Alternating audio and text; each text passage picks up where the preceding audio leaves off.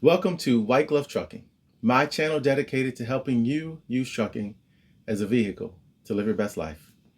My name is EJ Anderson, the congressional auditor turned long haul truck blogger, also known as the happiest, kindest trucker on the road. Okay, so today's video is the fifth in the Spire series. So the Spire series is a framework that was invented by Professor Tal Ben-Shahar to create this whole being of wellness by increasing your well-being in 5 different areas to ultimately make you happier. So the 5 different areas of well-being are spiritual, physical, intellectual, relational, and emotional. So today is the 5th in this series, and we're going to do how to use trucking to improve your emotional well-being and therefore increasing your happiness. Now, I also had to level it up trucker style. So I actually added a little piece to this Spire framework, and the name of this new framework is called Spire AF. And you'll just have to stick around for the very next video and you'll figure out what the AF stands for. All right, that being said, let's just jump into the video. Okay, so Mr. Tal Ben-Shahar says that emotional well-being is all about being able to experience pleasurable emotions while also building the resilience to cope with painful or challenging emotions. It's not all about just feeling good. It's about knowing what to do when you don't.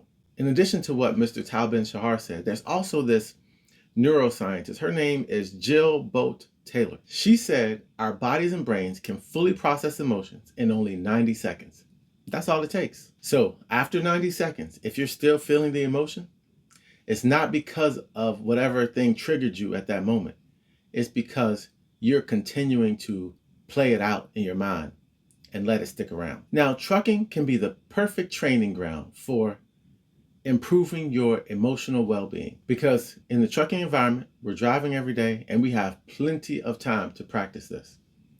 So we definitely get tested daily. So when we're on the road, we got discourteous drivers, we got traffic and weather delays, and route changes, or we might have some loads get canceled. We have long wait times, and we got sometimes we have the shipper, receiver, dispatchers kind of talking down to us. So these are all areas we can use as moments to practice feeling those emotions and then letting them go. But every one of these little moments is a 90-second training session.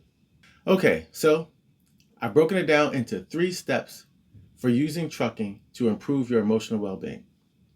All right, so step number 1. Don't ruminate.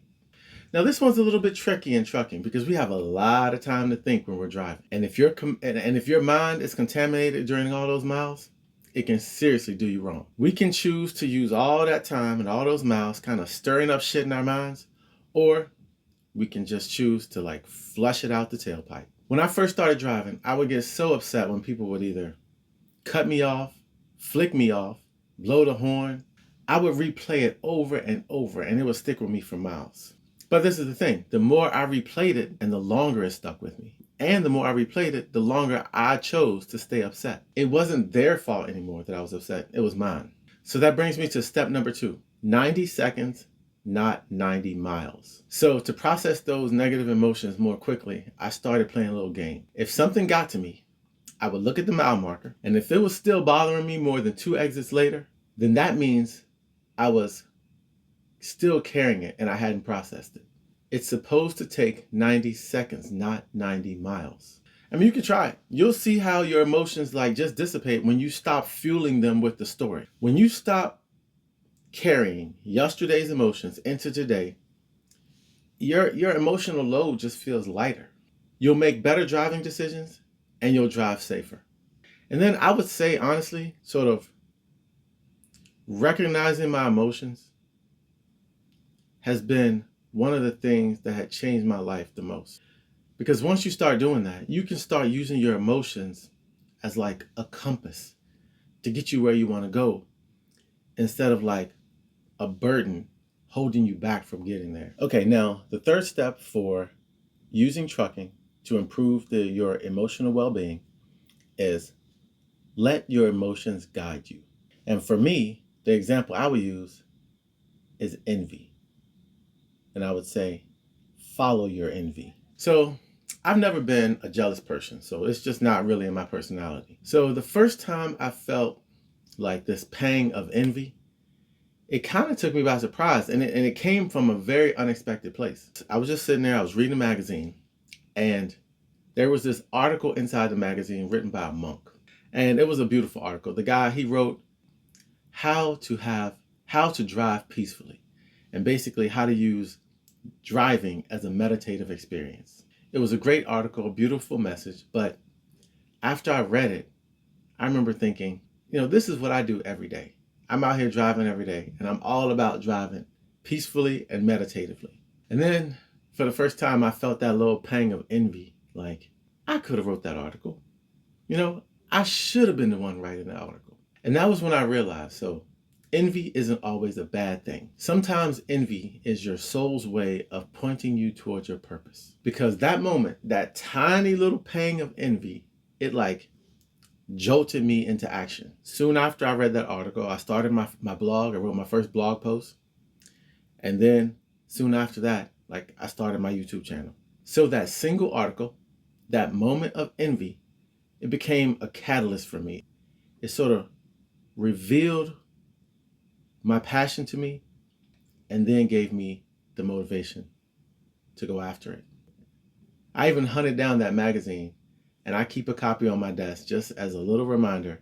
A reminder that sometimes the emotions we try hardest to suppress are the ones that's trying hardest to wake us up. When you feel it, don't ignore it. Use it as a sign.